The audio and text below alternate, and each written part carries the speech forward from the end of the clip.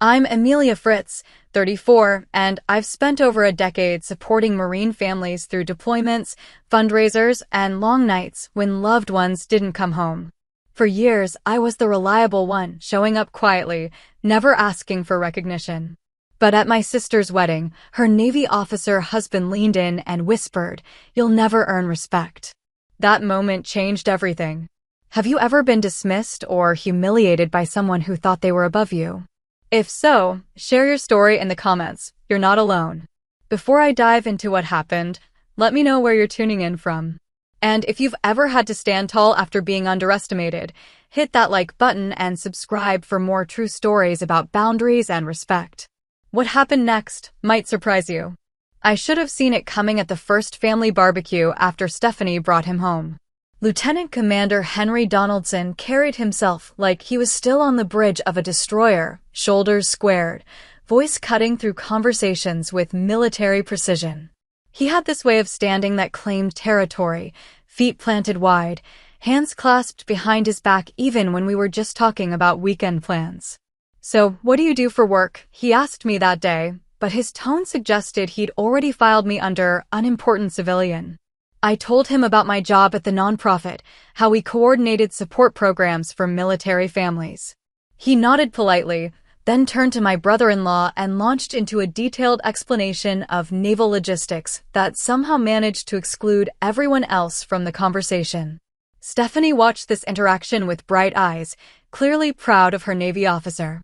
She'd always been drawn to authority figures, even as kids. Our father was career Army, and she used to line up her dolls in perfect formation while I was outside climbing trees or reading books under the oak in our backyard. Now she had her own officer, complete with dress blues and ribbons that caught the light when he moved. The pattern emerged over the next few months. At family dinners, Henry would dominate discussions about current events, referencing classified briefings he couldn't share but somehow managed to allude to constantly. He'd interrupt conversations to correct details about military protocol, even when nobody had asked. When I mentioned attending a friend's promotion ceremony at Quantico, he made a point of explaining Marine versus Navy traditions as if I'd never set foot on a base. "Civilians don't always understand the nuances," he said, cutting his steak with surgical precision. Different services, different cultures. I bit back my response. I'd been attending ceremonies and supporting military families since I was 18. I knew the difference between a Marine colonel and a Navy captain, could spot the subtle hierarchy in how people addressed each other, understood the unspoken rules that governed interactions on base. But explaining that would sound defensive, and something about Henry's certainty made me want to stay quiet and watch instead. The wedding planning revealed more of his character. He insisted on a military ceremony, complete with the Arch of Swords and full dress uniforms for the wedding party. Stephanie was thrilled, of course, but Henry managed to turn every decision into a lecture about tradition and protocol. The florist got a 20-minute explanation of appropriate arrangements for military events. The caterer learned more about Navy customs than she probably wanted to know. I helped where I could, addressing invitations and coordinating with out-of-town relatives. Henry's groomsmen were all Navy, a tight group of officers who spoke in acronyms and inside jokes. They were polite to Stephanie's family, but clearly saw us as supporting cast in Henry's production. When I suggested modifications to the reception timeline to accommodate elderly relatives, Henry's best man actually laughed. "Civilians worry about the strangest things," he said, shaking his head like I'd suggested serving dinner on paper plates. The wedding itself was beautiful. Stephanie looked radiant in her fitted gown, Henry stood at attention in his dress whites, and the ceremony unfolded with military precision. The sword arch photographs were perfect, the reception elegant and smoothly orchestrated. But I noticed how Henry positioned himself throughout the day, always slightly apart from our family, always the officer first and son-in-law second. During the father-daughter dance, I watched him check his watch twice. When Stephanie's college friends started sharing embarrassing stories during the toasts, his smile never quite reached his eyes. He tolerated our civilian traditions rather than embracing them, enduring the evening instead of enjoying it. My parents, both military themselves, seemed to approve of him. Dad appreciated Henry's bearing and professional accomplishments. Mom liked his manners and the way he stood when she entered a room. But I caught them exchanging glances sometimes, subtle looks that suggested they were working harder than usual to find common ground with their new son-in-law. Later, I realized those early interactions were Henry establishing hierarchy. In his world, respect flowed downward from rank and authority. He wasn't being intentionally cruel in those first months. He was simply placing everyone according to his understanding of how the world worked. Stephanie had value because she was his wife. Our parents had value because they were former military. I was just Stephanie's civilian sister, pleasant enough, but ultimately irrelevant to anything that mattered. The signs were subtle but consistent. He'd stand when Stephanie entered a room but remain seated when I did. He'd ask my father about his army service, but never inquired about my work with military families. During family game nights, he'd partner with Stephanie or my parents, leaving me to team up with whoever was left. Small things, easily dismissed as coincidence or personal preference. But there was something calculated about it. Henry was too intelligent and too well-trained in leadership to be accidentally dismissive. He was making deliberate choices about where to invest his attention and respect. And those choices consistently excluded me from the circle of people he considered worth knowing. Stephanie never seemed to notice. She was busy being a Navy wife, learning the social protocols and attending spouse functions. She'd call me excited about some admiral's reception or commissioning ceremony Henry had brought her to, chattering about the protocol and formality she was still mastering. In her happiness, she missed the subtle ways her husband was reshaping our family dynamics. I tried to give him the benefit of the doubt. Military culture was different from civilian life, and maybe he was still adjusting to our family's more casual approach to relationships. Maybe his formality would ease over time as he got more comfortable with us. Maybe I was reading too much into perfectly normal social interactions. But deep down, I knew better.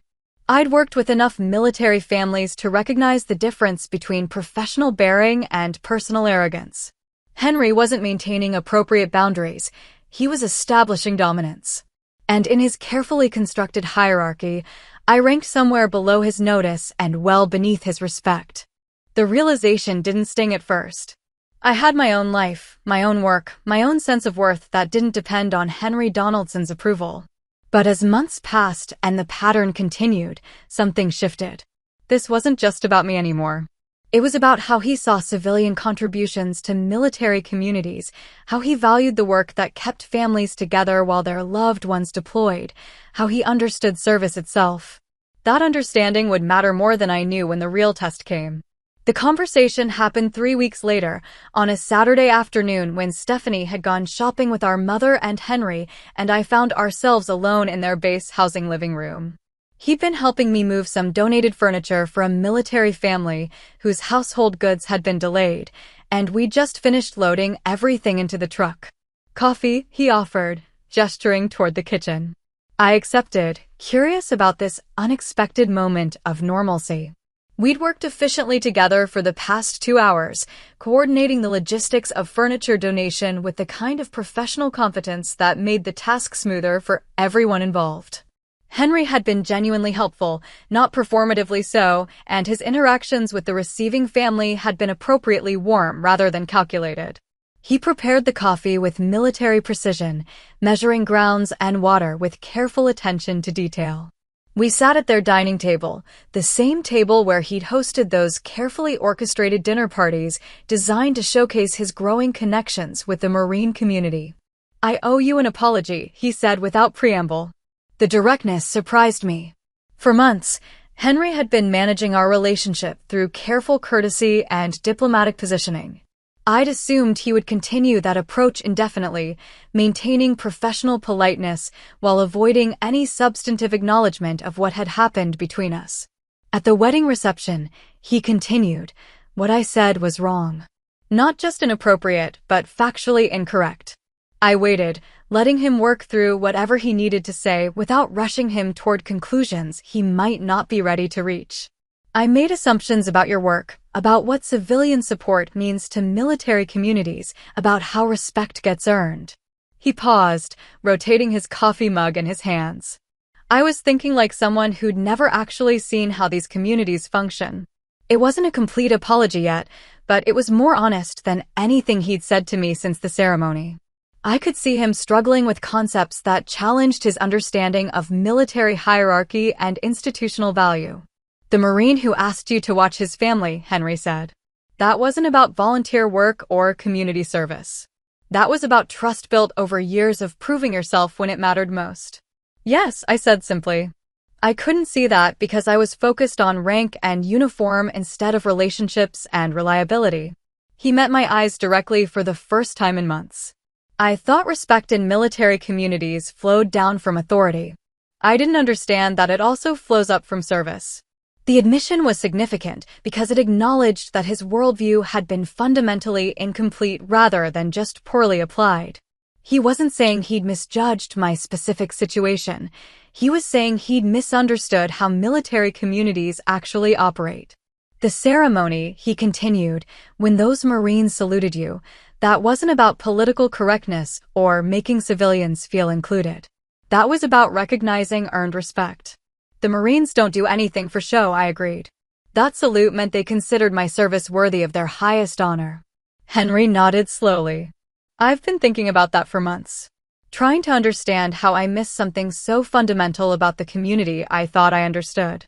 We sat in comfortable silence for a few minutes, drinking coffee and processing the conversation.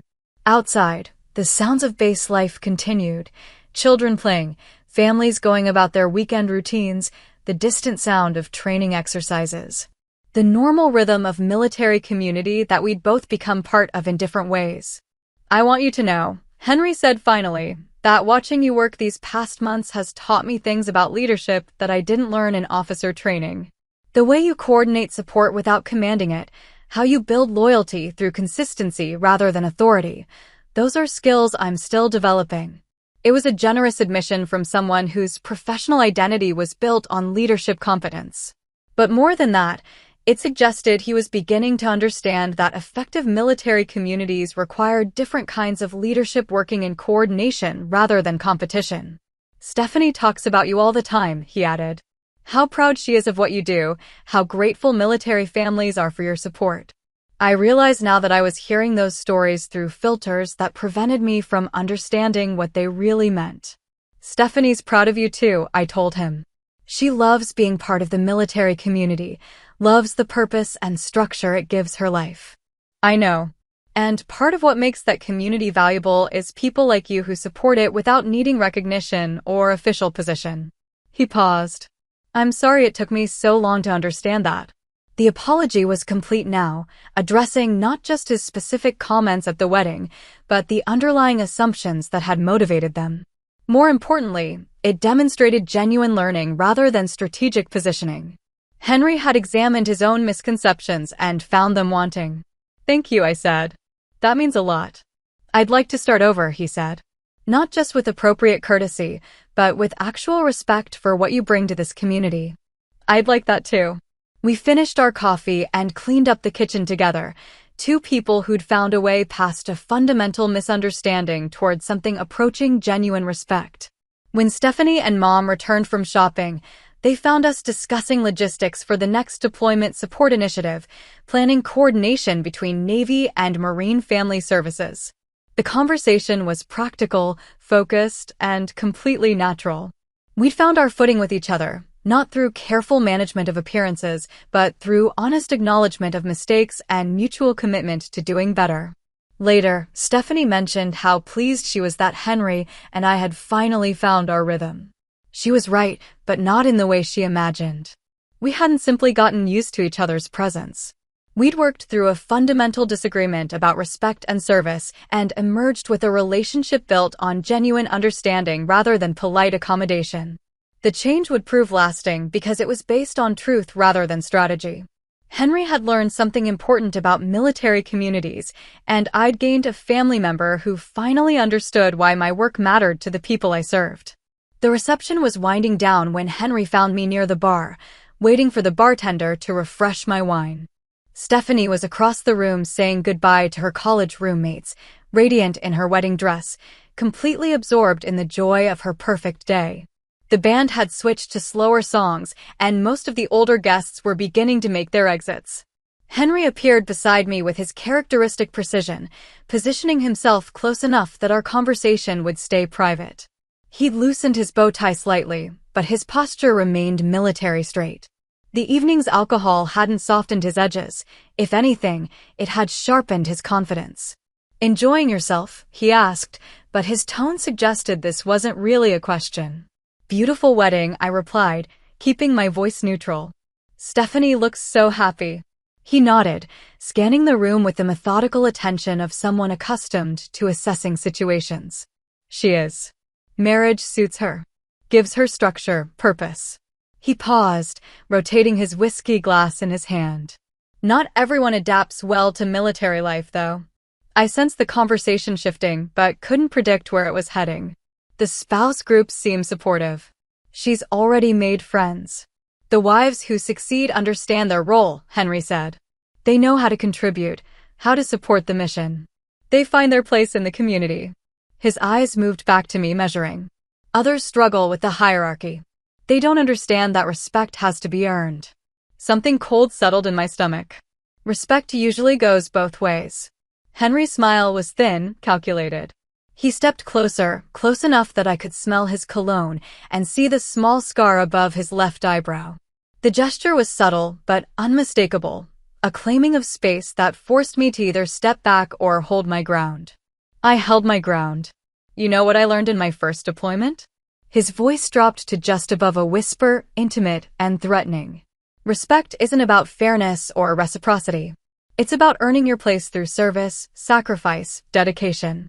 Real dedication, not the kind of civilian volunteer work that makes people feel important." My face stayed composed, but my pulse quickened. "I see. You seem like a nice enough person," he continued, his tone conversational despite the venom underneath. "But let's be honest about what you bring to the table. You'll never earn respect. Not from men like me. Not from people who've actually served, who've put everything on the line for something bigger than themselves." The words hit like a physical blow, but I'd learned long ago not to let people see when they'd wounded me. Instead, I smiled, the kind of tight, controlled smile that says nothing and reveals nothing. I finished the last sip of my wine, set the glass on the bar, and looked directly into his eyes. "Thank you for the insight," I said calmly. Then I walked away. I made it through the rest of the evening without incident. I hugged Stephanie goodbye, congratulated the happy couple, and helped my parents gather their things. I made appropriate small talk with relatives I hadn't seen in months and posed for final photographs with a smile that looked genuine enough for family albums. But Henry's words echoed in my head during the drive home, during the hours I lay awake staring at the ceiling, during the coffee I couldn't quite finish the next morning. Not because I believed them. I knew my own worth, knew the value of the work I'd done, but because of what they revealed about how he saw the world. In Henry's universe, service meant military service. Sacrifice meant deployment and combat. Dedication meant following orders and maintaining chain of command. Everything else was performance, civilians playing at importance while real heroes did the actual work. My years of supporting military families, attending memorial services, coordinating care packages, and support networks, all of it was diminished to volunteer work that made me feel important. What disturbed me most wasn't his dismissal of my contributions. It was his certainty that this dismissal was justified, that his perspective was the only one that mattered. He hadn't just insulted me, he'd revealed his complete inability to see value in forms of service that didn't come with rank and uniform. Stephanie called the next afternoon to thank me for everything I'd done to help with the wedding. She was still glowing with happiness, full of stories about their honeymoon plans and the apartment they were setting up near the base. She mentioned how well everyone seemed to get along, how smoothly the whole weekend had gone. I agreed with her assessment. There was no point in poisoning her joy with details about her husband's private conversation with me. She was building a new life, and she deserved to do it without my baggage clouding her happiness. But listening to her excitement, I realized that Henry's words had accomplished exactly what he'd intended. He'd established his position clearly and privately, marking territory without causing family drama. It was expertly done, actually. A perfect surgical strike that achieved maximum impact while maintaining plausible deniability. If I complained about what he'd said, I'd sound petty and vindictive. If I tried to explain the context and tone, I'd come across as someone who couldn't handle a little honest feedback. He'd chosen his moment and his words carefully, ensuring that any response from me would make me look bad rather than him. But Henry had made one crucial miscalculation. He assumed that his assessment of my worth was the only one that mattered. He assumed that civilian contributions to military communities were invisible to the people who actually wore the uniform. He assumed that respect was his to grant or withhold based on his narrow understanding of what service meant. In 2 days, I would discover just how wrong he was about all of those assumptions. Before Henry, our family operated on different principles entirely. We were loud and messy and democratic in ways that probably horrified him. Sunday dinners involved everyone talking at once, interrupting with stories, arguing about politics and movies, and whether Mom's lasagna was better this year than last year. Nobody stood at attention when someone entered the room, and respect was something you earned through consistency and kindness rather than rank and ribbons. I was the dependable one in this chaos. The sister who remembered birthdays and anniversary dates, who showed up when people needed help moving or when someone was in the hospital. When Stephanie went through her dramatic breakup with her college boyfriend, I was the one who drove 3 hours to bring ice cream and tissues. When our grandmother was dying, I coordinated the family schedule so someone was always with her. It wasn't heroic or noteworthy. It was just what families do for each other. But somewhere along the way, that reliability extended beyond our immediate circle. I became the person people called when they needed something organized or someone to show up consistently. That's how I got involved with military families in the first place. My college roommate married a Marine fresh out of officer candidate school, and I helped her navigate the first deployment while she was pregnant with their first child.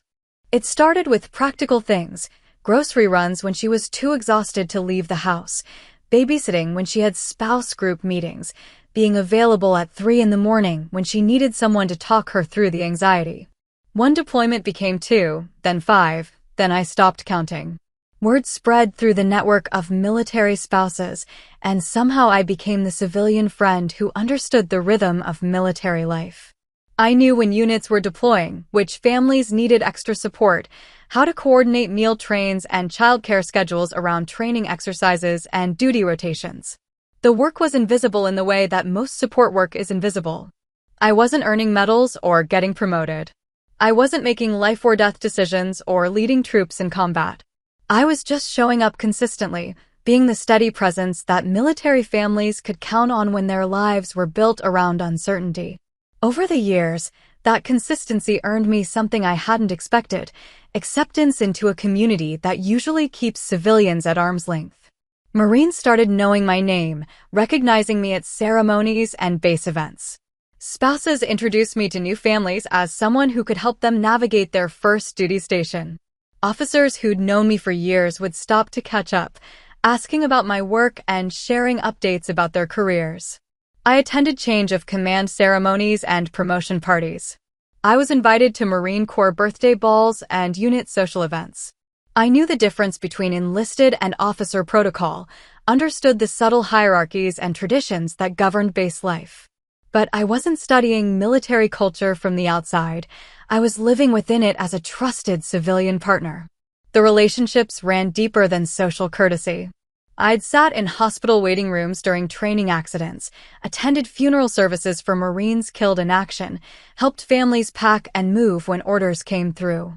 I'd written letters to deployed Marines, coordinated surprise homecoming events, and spent countless hours listening to spouses work through the challenges of military life. These weren't abstract acts of service. They were personal relationships built over years of showing up when it mattered. The Marine who asked me to walk his daughter down the aisle when his deployment kept him from her wedding. The spouse who called me first when her husband was wounded in Afghanistan. The commanding officer who insisted I attend his retirement ceremony because, as he put it, I'd been part of his unit's family for longer than most of his Marines. Henry saw none of this history when he assessed my worthiness. He saw a civilian woman who attended military events and assumed I was there as someone's guest, playing at understanding a world I couldn't really comprehend. He saw volunteer work where I saw relationships. He saw someone seeking importance where I saw someone fulfilling responsibilities. But the Marines I'd worked with for years saw something different. They saw consistency and loyalty and the kind of quiet service that keeps communities functioning. They'd watched me show up during the hardest moments, stay involved through multiple deployments, and treat their families with the same dedication I showed my own. That history mattered in ways Henry couldn't understand. Military communities are built on trust and proven reliability. Rank gets you initial respect, but keeping that respect requires demonstrating that you'll be there when people need you most. I'd been demonstrating that reliability for over a decade, earning trust that couldn't be shaken by one person's dismissal. The irony was that Henry's own understanding of military service was relatively narrow. He was Navy, focused on ship operations and naval warfare. He understood his piece of the military machine, but he'd spent limited time in the kind of joint operations where Marines, sailors, soldiers, and airmen work together. He knew protocol and hierarchy, but he'd missed the broader truth about military communities. They function because of relationships that cross traditional boundaries. I'd learned this truth by living it. The Marine sergeant who helped me understand base security procedures. The Navy chaplain who taught me how to support grieving families. The Army logistics officer who showed me how to coordinate large-scale volunteer efforts. These weren't people granting me special access. They were colleagues who'd recognized my commitment and helped me become more effective at supporting their communities.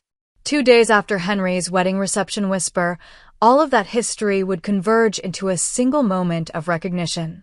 But I couldn't have predicted how powerful that moment would be, or how completely it would reframe the conversation about who deserved respect and why. For now, I just knew that Henry Donaldson had severely underestimated both my place in the military community and the relationships I'd built there over years of quiet, consistent service.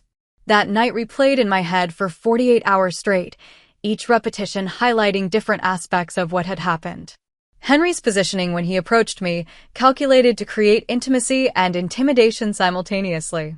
The way he timed the conversation for maximum impact, waiting until Stephanie was distracted and the evening was winding down. His choice of words, precisely calibrated to wound while maintaining plausible deniability. You'll never earn respect. Not from men like me. The phrase haunted me because of its specificity. Not, you haven't earned respect, or you might not earn respect, but you'll never earn respect. The finality was absolute, the judgment complete. In Henry's worldview, there was no path forward for someone like me, no possibility of proving worth or demonstrating value. The verdict was permanent and non-negotiable. But what disturbed me most wasn't the personal attack. It was what the words revealed about his understanding of service itself. Henry had reduced the entire concept of military support to those who wore the uniform and those who didn't.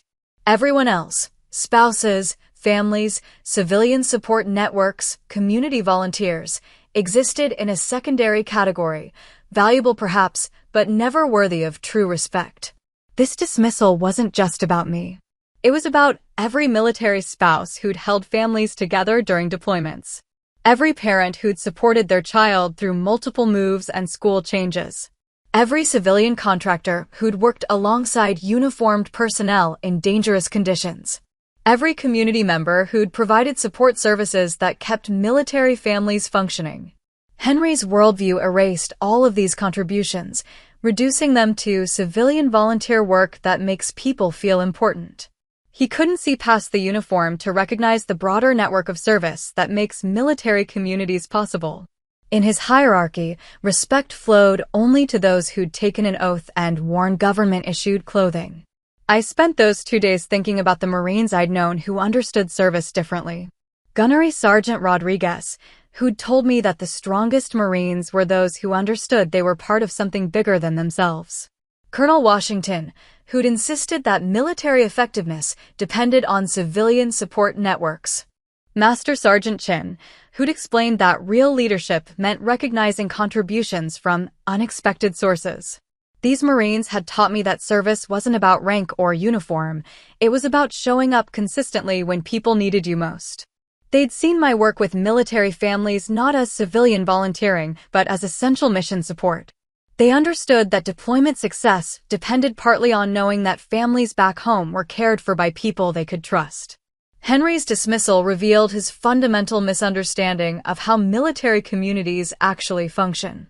He saw hierarchy where others saw collaboration. He saw exclusive membership where others saw extended family. He saw his position at the top of a rigid structure where others saw themselves as part of a complex network of mutual support. The realization that emerged from those 48 hours of reflection was simple but profound. Henry's assessment of my worth was irrelevant because he'd completely misunderstood the community he claimed to represent. His respect wasn't mine to earn because he didn't understand what respect meant in the context of military service. But understanding this intellectually didn't diminish the sting of his words or the anger that built each time I remembered his smug certainty. He'd spoken to me like I was a child pretending to understand adult conversations. He dismissed years of relationships and service with casual contempt. He'd made assumptions about my motivations and contributions without bothering to learn anything about my actual history. The anger was productive, though. It clarified my thinking and strengthened my resolve. I wouldn't defend myself to Henry because defense implied that his judgment mattered. I wouldn't try to educate him about my contributions because teaching required a willing student. I wouldn't shrink away from future family gatherings because his comfort wasn't my responsibility. Instead, I would do exactly what I'd always done, show up consistently, maintain my relationships, and continue the work that had earned me a place in the military community long before Henry Donaldson arrived on the scene. His respect was neither necessary for my effectiveness nor required for my sense of worth. The decision felt liberating. For years, I'd occasionally wondered if I was overstepping boundaries or presuming too much familiarity with military protocols. Henry's attack had forced me to examine those relationships honestly, and what I found was a network of genuine friendships and professional partnerships built on mutual respect and shared commitment. I didn't need Henry's validation because I already had something more valuable, the trust of people who understood military service from the inside. They'd seen my work over years and decided it was worth supporting. They'd included me in their community because they recognized my contributions as meaningful and necessary. 2 days after the wedding reception, I would discover just how deep that recognition ran and how publicly the Marine Corps was willing to demonstrate it. But even without knowing what was coming, I felt a quiet confidence that Henry's assessment of my worthiness would prove spectacularly wrong. His whispered dismissal had been meant to diminish me. Instead, it had reminded me of exactly who I was and what I'd spent years building with people who actually mattered. The decision crystallized while I was drinking coffee at 6 in the morning, staring out my kitchen window at the rain. I wouldn't defend myself to Henry because defense implied his judgment carried weight. I wouldn't avoid family gatherings because his comfort wasn't my responsibility. And I certainly wouldn't shrink away from the military community where I'd built genuine relationships over more than a decade. Instead, I would do exactly what had earned me respect in the first place, show up consistently and let my actions speak for themselves. The opportunity came sooner than expected. Colonel Martinez called that Tuesday morning about the ceremony scheduled for Thursday. The 2nd Battalion was conducting a change of command, transitioning leadership before their upcoming deployment. As the longtime coordinator for Family Support Services, I'd been invited to attend and help facilitate the reception afterward. "We'll need help with logistics," Colonel Martinez explained. "Protocol coordination, guest management, the usual. Can you be there by 0800? I could have declined. The smart move might have been to step back for a while, let Henry's words fade into memory, avoid any situation that might create family tension. But stepping back would validate his dismissal. It would suggest that his assessment had merit, that I was indeed overreaching my place in the military community. "I'll be there," I told Colonel Martinez. "Outstanding. Oh, and bring your usual team. We're expecting significant attendance." My usual team consisted of 6 civilians who'd worked with me on various support initiatives over the years.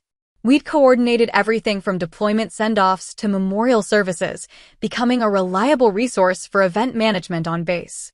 The Marines trusted us to handle details while they focused on ceremony and protocol. I called the team members Wednesday evening, confirming their availability and outlining responsibilities. Stephanie called while I was reviewing the checklist, bubbling with excitement about her honeymoon plans.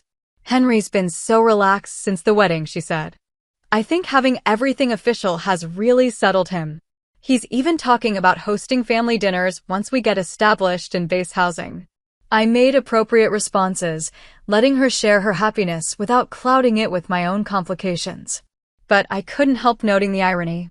Henry felt settled and official now, secure in his position and ready to play host to our family.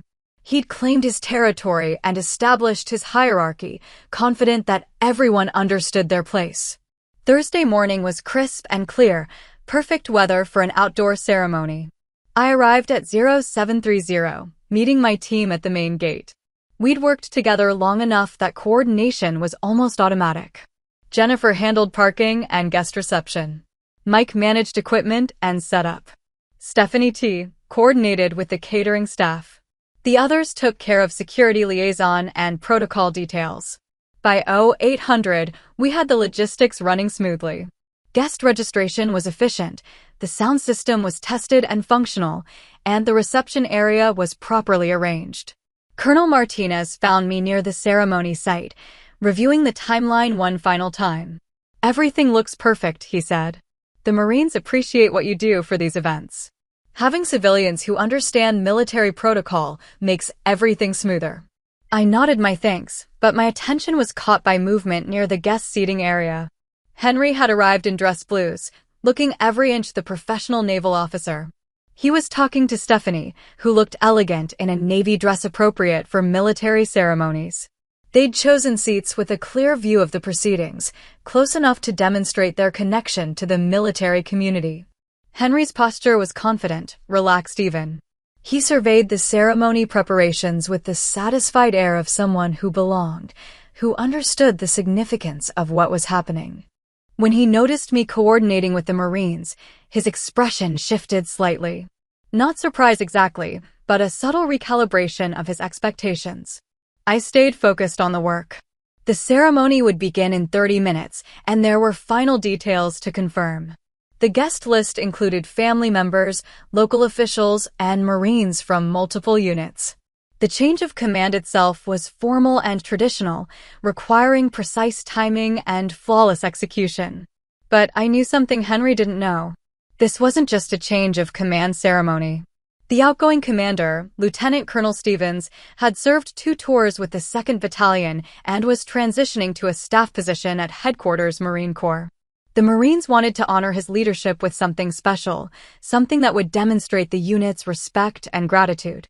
They'd been planning the tribute for weeks, coordinating with Marines from other units who'd served under Stevens' command. The details were kept quiet, shared only with those who needed to know for logistical purposes. Even I didn't know all the specifics, just that additional personnel would be participating and that the ceremony would run longer than usual. Henry had positioned himself perfectly to observe the proceedings, close enough to appreciate the military pageantry and protocol he valued so highly. Stephanie sat beside him, clearly proud to be attending such an impressive event with her Navy officer husband. They made a handsome couple, representing exactly the kind of military family that base ceremonies celebrated. What neither of them could see was the larger picture developing around us. Marines were arriving from multiple units, more than would normally attend a single battalion ceremony. They moved with quiet efficiency, taking positions that wouldn't be obvious to civilian guests, but would be unmistakable to anyone who understood military formations. The ceremony began promptly at 0900 with the presentation of colors and the playing of the national anthem. Lieutenant Colonel Stevens delivered his farewell remarks with the measured dignity appropriate to the occasion. The incoming commander, Lieutenant Colonel Park, accepted responsibility for the battalion with formal precision. Everything proceeded according to standard protocol until the moment when Lieutenant Colonel Stevens called for the unit to form up for his final review. That's when Henry would discover just how wrong he'd been about my place in the Marine Corps community. The ceremony concluded with textbook precision. Lieutenant Colonel Stevens completed his farewell address, Lieutenant Colonel Park assumed command, and the formal proceedings moved toward their traditional close. Henry sat in the guest seating area, clearly appreciating the military pageantry and protocol. He'd positioned himself where he could observe everything, the satisfied smile of someone who understood the significance of what he was witnessing. But as the Marines began forming up for the final review, something shifted. Instead of the single battalion organizing into standard formation, Marines from multiple units started moving with quiet efficiency. They came from different directions, wearing the dress blues that signified this was more than routine ceremony. I watched from my position near the coordination area, still focused on logistics and guest management. My team was preparing for the reception transition, ensuring that everything would flow smoothly once the ceremony concluded. But I could see the larger pattern emerging as more Marines took their positions. Colonel Martinez appeared beside me, checking his watch. "Right on schedule," he said quietly. "Stevens earned this." Lieutenant Colonel Stevens moved to the center of the formation area, his bearing dignified and ceremonial. He'd served the Corps for over 20 years, including multiple combat deployments and command positions. His farewell was more than administrative transition. It was the end of a distinguished career built on leadership and service. "Battalion, attention!" The command echoed across the ceremonial area.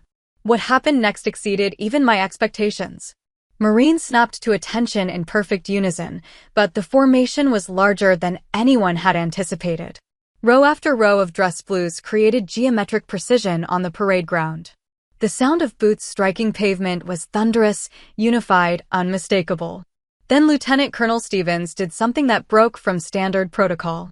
Instead of conducting his final review from the traditional position, he walked toward where I stood with the other coordinators. "This ceremony wouldn't be possible without the civilian support that keeps our families strong while we serve," he announced, his voice carrying clearly across the formation. "Some people serve without uniforms, but their dedication to this community deserves recognition." I felt the attention of 200 Marines shifting in my direction. The moment stretched, formal and weighty with significance I hadn't fully anticipated. Stevens continued speaking, but his words were eclipsed by what happened next. "Present arms." The command cracked like a whip across the parade ground. 200 Marines moved as one, bringing their rifles to present position with mechanical precision. But they weren't presenting arms to Lieutenant Colonel Stevens or the colors or any traditional object of military courtesy. They were presenting arms to me. The salute was absolute, perfect, and unmistakable. Every Marine in that formation was acknowledging my service to their community with the highest form of military respect. The rifles held steady, the formation unmoving, the silence complete except for the sound of my own heartbeat. I stood motionless, overwhelmed by the magnitude of the gesture. This wasn't casual recognition or polite acknowledgement. This was the Marine Corps formally declaring that my contributions had earned their highest respect, demonstrated through the most traditional and significant ceremony in military culture. From my peripheral vision, I could see Henry in the guest seating area. His confident posture had disappeared entirely. His face was pale, his jaw tight with the kind of shock that comes from having your fundamental assumptions completely overturned. Stephanie sat beside him, clearly confused by what was happening but recognizing its significance. The salute held for what felt like hours but was probably only seconds. Then Lieutenant Colonel Stevens called "Order arms," and the rifles came down in perfect unison. The formation remained at attention, 200 Marines standing in tribute to civilian service that most people never see or acknowledge. "Thank you," Stevens said simply. Then he returned to his position and completed the ceremony according to standard protocol. But the damage to Henry's worldview was complete and irreversible. He'd witnessed his sister-in-law receive the highest military honor short of medal presentation, demonstrated by Marines who'd chosen to break from traditional ceremony to acknowledge her contributions. Every assumption he'd made about civilian worthiness and military respect had been publicly contradicted by the very people he claimed to represent.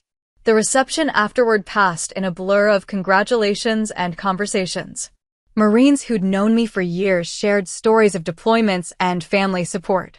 Officers who'd worked with me on various initiatives expressed gratitude for coordination and assistance that had made their jobs easier.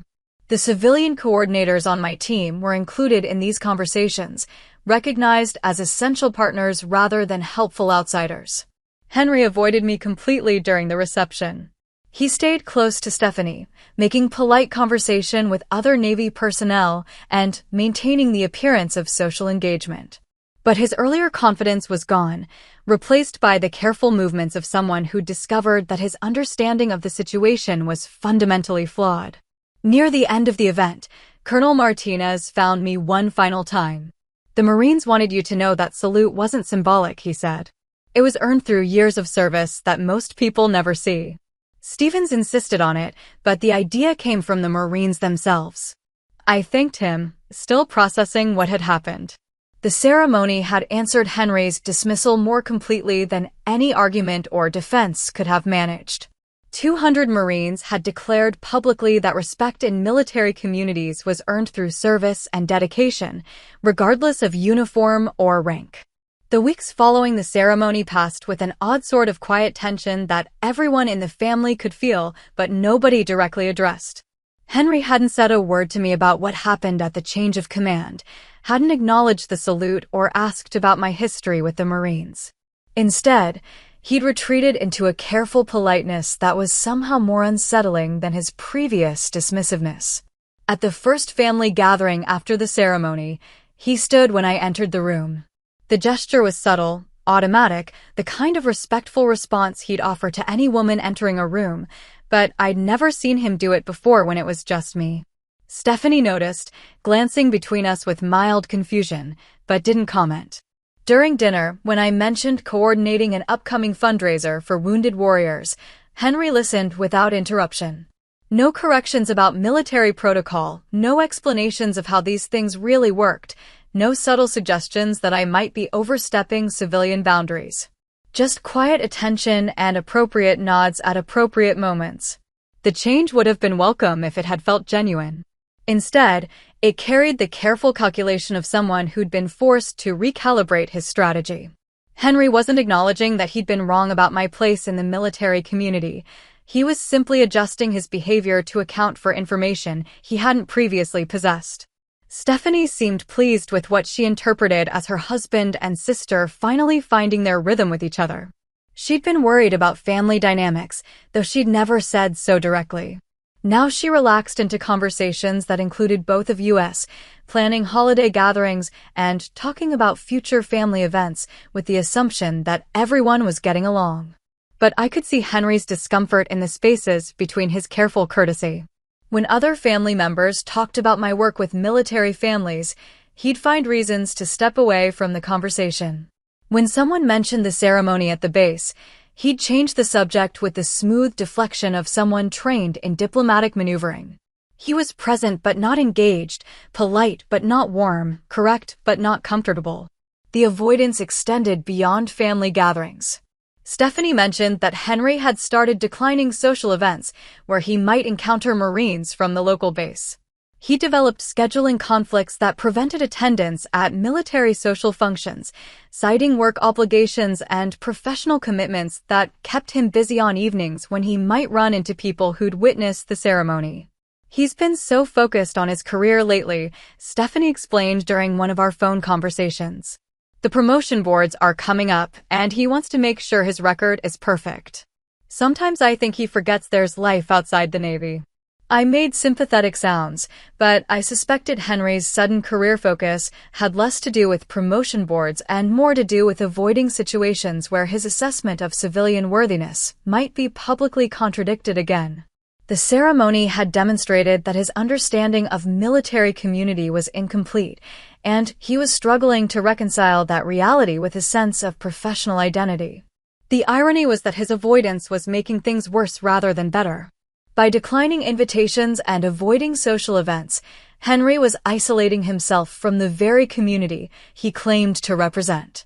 The Marines who'd known me for years were starting to notice his absence, asking Stephanie where her husband was and why they never saw him at unit functions anymore.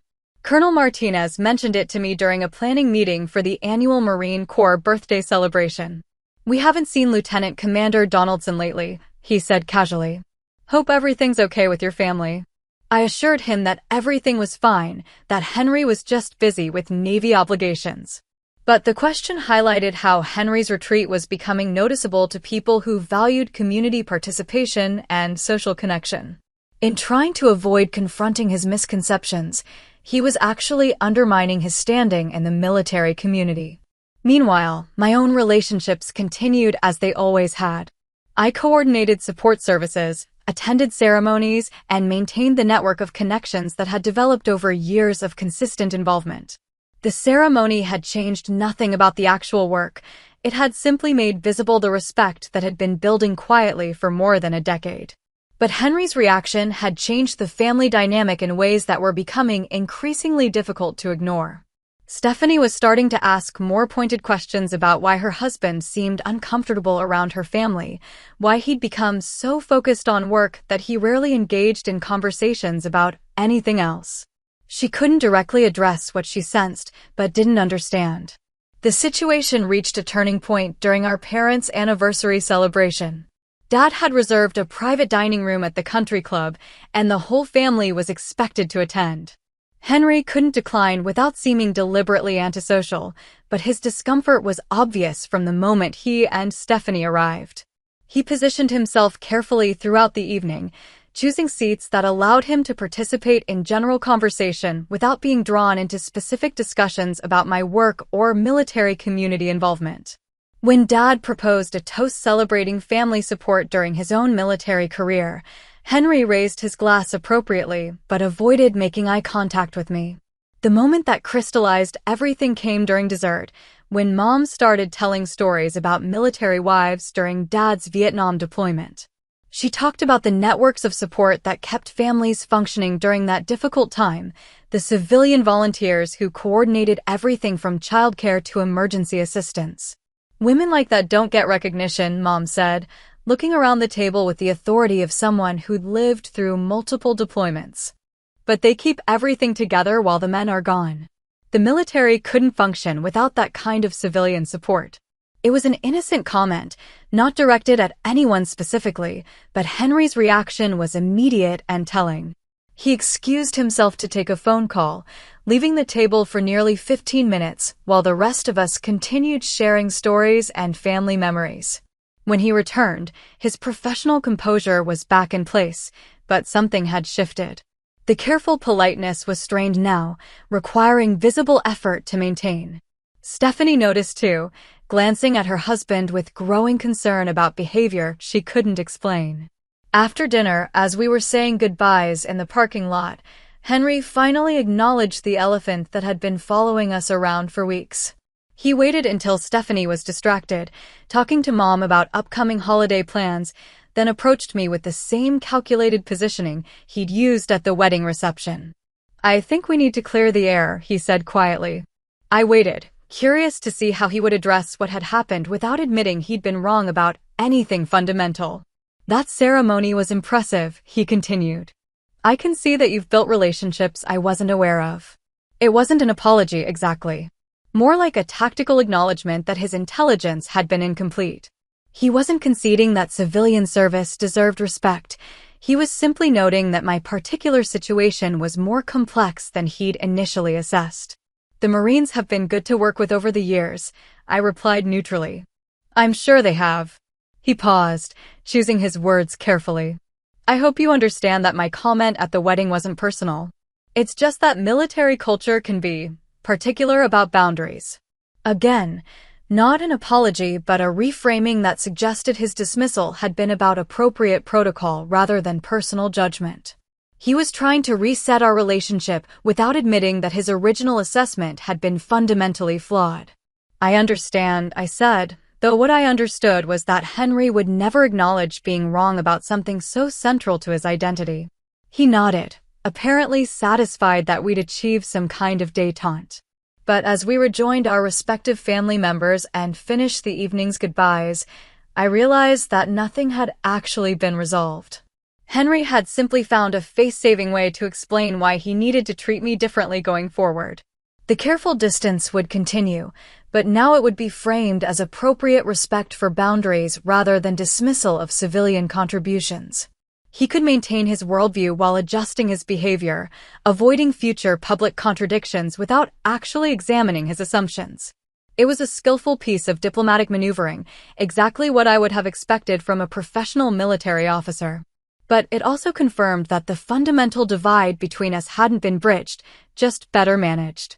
6 months later, the new equilibrium had settled into something that looked like normalcy but felt like a carefully choreographed performance.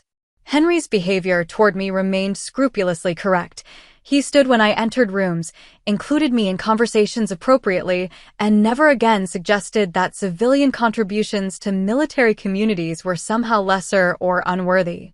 But beneath this surface courtesy, nothing had fundamentally changed. He still didn't understand what I did or why it mattered to the Marines I worked with.